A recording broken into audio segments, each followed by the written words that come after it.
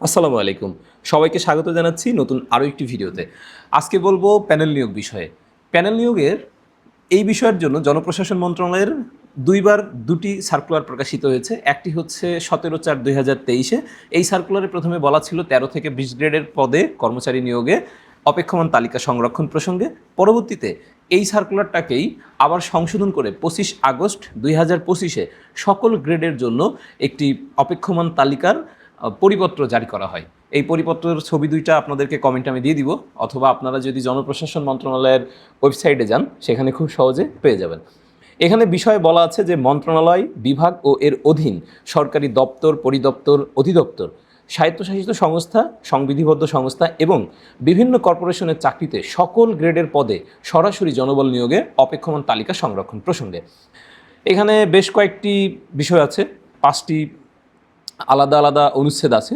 তো এর মধ্যে ধরেন প্রথমের ১-এর কতে বলা আছে, নিয়োগ কমিটি লিখিত ও মৌখিক পরীক্ষায় উত্তীর্ণ প্রার্থীদের মেধা তালিকা এবং বিদ্যমান কোটা পদ্ধতি অনুসরণ করে শূন্য পদে প্রার্থী সুপারিশের পাশাপাশি সুপারিশকৃত প্রতিটি পদের বিপরীতে ১:২ অনুপাতে উত্তীর্ণ প্রার্থীদের মধ্য হতে অপেক্ষমান তালিকা তৈরিপূর্বক কমিটির সদস্যদের স্বাক্ষরে সিলগালাকৃত খামে গোপনীয়তার সাথে সংরক্ষণ করবে।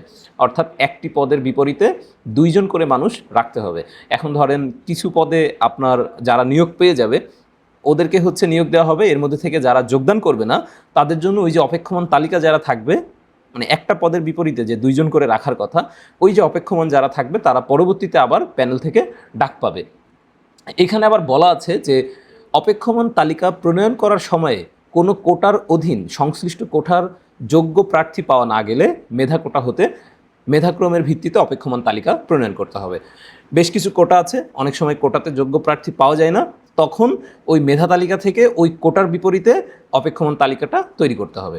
এরপরে বলা আছে অপেক্ষমান তালিকা সংরক্ষণের মেয়াদ হবে বিবেচ্য বিজ্ঞপ্তির ভিত্তিতে প্রথম নিয়োগের সুপারিশ প্রদানের তারিখ হতে ১ বছর বা শূন্য পদ পূরণের জন্য পরবর্তী নিয়োগ বিজ্ঞপ্তি প্রকাশের তারিখ যেটি আগে ঘটে।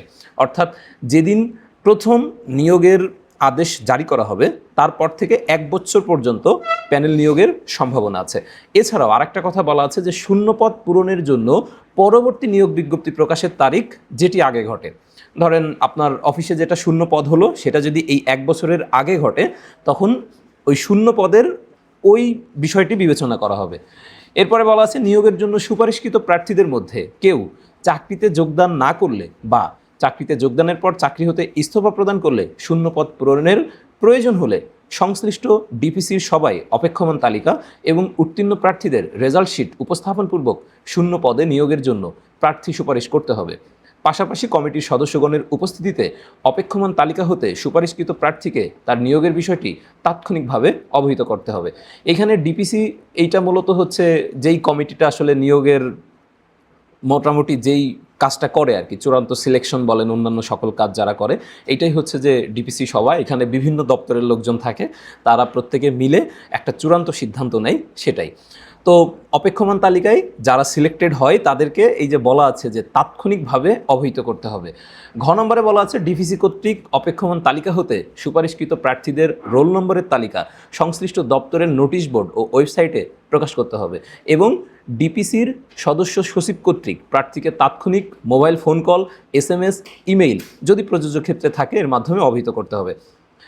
তারপরে বলা আছে সুপারিশকৃত প্রার্থীকে মোবাইল ফোন, SMS, ইমেইল এর মাধ্যমে তাৎক্ষণিক অবহিত করার পাশাপাশি তার স্থায়ী ঠিকানায় রেজিস্ট্রিপত্র যোগে কমপক্ষে ১০ কার্যদিবস সময় দিয়ে নিয়োগপত্র দিতে হবে। যেদিন একজন ব্যক্তি সিলেক্টেড হবে তারপর থেকে কমপক্ষে ১০ কার্যদিবস মানে হচ্ছে কিন্তু যেদিন যেদিন অফিস চলবে এই ১০ কার্যদিবস পর্যন্ত তাকে হচ্ছে যোগদান বা অন্যান্য আনুষঙ্গিক কার্যক্রম সম্পন্ন করার জন্য সময় দেওয়া হবে। এছাড়াও ৬ নম্বরে বলা আছে যে অপেক্ষমান তালিকা হতে সুপারিশপ্রাপ্ত প্রার্থীদের জ্যেষ্ঠতা প্রথম নিয়োগপ্রাপ্ত প্রার্থীদের পরে নির্ধারিত হবে। যারা আগে নিয়োগ পাবে তারা কিন্তু জ্যেষ্ঠতা তালিকায় প্রথমে অবস্থান করবে, পরের দিকে যারা প্যানেলে নিয়োগ পাবে তারা কিন্তু ওই জ্যেষ্ঠতা ক্রমে প্রথম নিয়োগের থেকে নিচের দিকে থাকবে, সেই বিষয়টা এখানে বলা আছে। অপেক্ষমান তালিকা হতে ২ বা ততোধিক প্রার্থী যদি একই দিনে একই পদে যোগদান করেন সেই ক্ষেত্রে তাদের পারস্পরিক জ্যেষ্ঠতা পূর্বে প্রস্তুতকৃত রেজাল্টের মেধাক্রম অনুসারে নির্ধারিত হবে। এছাড়া 2 নম্বর অনুচ্ছেদে আরও বলা আছে ওই যে 23শে জুলাই 2024 খ্রিস্টাব্দ তারিখে যেই প্রজ্ঞাপন জারি করা হয়েছিল সেখানে তালিকা প্রস্তুত করা সম্ভব হয়নি সে সকল ক্ষেত্রে বিবেচ্য পরিপত্র যাত্রীর 10 কার্যদিবসের মধ্যে ডিপিসি কর্তৃক অপেক্ষমান তালিকা তৈরি করতে হবে। 3 নম্বরে বলা আছে যে বাংলাদেশ সরকারি কর্ম কমিশন কর্তৃক প্রকাশিত বাংলাদেশ সিভিল সার্ভিস বা বিসিএস এর বিজ্ঞপ্তির অধীনে সুপারিশকৃত ক্যাডার ও নন ক্যাডার পদে নিয়োগের ক্ষেত্রে এই পরিপত্র প্রযোজ্য হবে না। অর্থাৎ বিসিএস এবং সুপারিশকৃত ক্যাডার বা নন ক্যাডার তাদের জন্য আলাদা পরিপত্র, এইটা কাজে লাগবে না। নিয়োগ বিজ্ঞপ্তির ভিত্তিতে অপেক্ষমান তালিকা প্রস্তুত করা হবে। ডিপিসি কর্তৃক সেই নিয়োগ বিজ্ঞপ্তির বাইরে অন্য কোনো বিজ্ঞাপনের শূন্য পদ বা অন্য কোনোভাবে পদ শূন্য হলে উক্ত শূন্য পদ পূরণের জন্য অপেক্ষমান তালিকায় কোনো প্রার্থীকে নিয়োগের জন্য সুপারিশ করা যাবে না।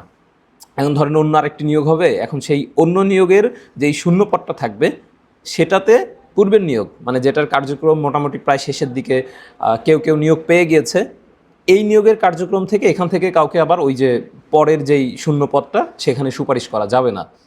এবার বলা আছে যে উপর্যুক্ত সরকারি সিদ্ধান্ত সকল মন্ত্রণালয় বিভাগ ও এর অধীন সরকারি দপ্তর পরিদপ্তর অধিদপ্তর স্বায়ত্তশাসিত সংস্থা সংবিধিবদ্ধ সংস্থা কর্তৃপক্ষ এবং বিভিন্ন কর্পোরেশনের সকল পর্যায়ের নিয়োগকারী কর্তৃপক্ষকে অবগত করতে অনুরোধ করা হলো। তাহলে এই যে আমাদের চাকরিতে যেই প্যানেল দেওয়া হয় বা অপেক্ষমান তালিকা যেটা থাকে সেটা হচ্ছে একটা পদের বিপক্ষে 2 জন করে, মানে 1:2 অনুপাতে এখানে হচ্ছে সংরক্ষণ করা হয়। একজন সরাসরি নিয়োগ পায়, আরেকজন অপেক্ষমান তালিকায় থাকে। এভাবে নিয়োগ প্রদানের একদম প্রথম যেদিন নিয়োগপত্র প্রকাশ করা হয় তারপর থেকে 1 বছর পর্যন্ত কিন্তু এইভাবে প্যানেলটা সংরক্ষণ করে করে করে নিয়োগ দেওয়া হয়। আর সিলেকশনের ক্ষেত্রে ডিপিসি বোর্ড যেটা, এখানে বিভিন্ন দপ্তরের মেম্বাররা থাকে, সংশ্লিষ্ট মন্ত্রণালয়, তারপরে হচ্ছে জনপ্রশাসন মন্ত্রণালয়, এরপরে ধরেন যে পিএইচসি, এরকম বিভিন্ন দপ্তরের লোকজন মিলে একটা বোর্ড গঠন হয়। সেই বোর্ড গঠন হলে প্রত্যেকে মিলে সিদ্ধান্ত নেয়। তো এইটাই। আর নিয়োগপত্র জারির পরে কমপক্ষে 10 দিন সময় দেওয়া হয় একটা প্রার্থীকে তার মোটামুটি প্রস্তুতি নেওয়ার জন্য।